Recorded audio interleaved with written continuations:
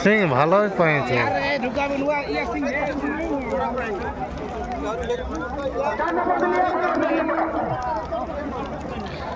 দু নম্বর কাড়া সমান সমান করে নিল বন্ধান সুপুরডি।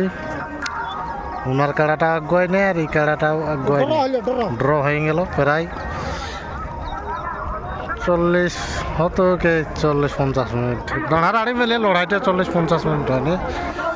খুব সুন্দর লড়াই হয়েছিল অবশ্য, সমান সমান হইলেও আধা টাকা হয়তো কেন দিবে মনে বলছে বিষয় ঢুকেছে, তবে লড়াইটা সমান সমান হবে। এরপর 4 নম্বর লড়াই হচ্ছে।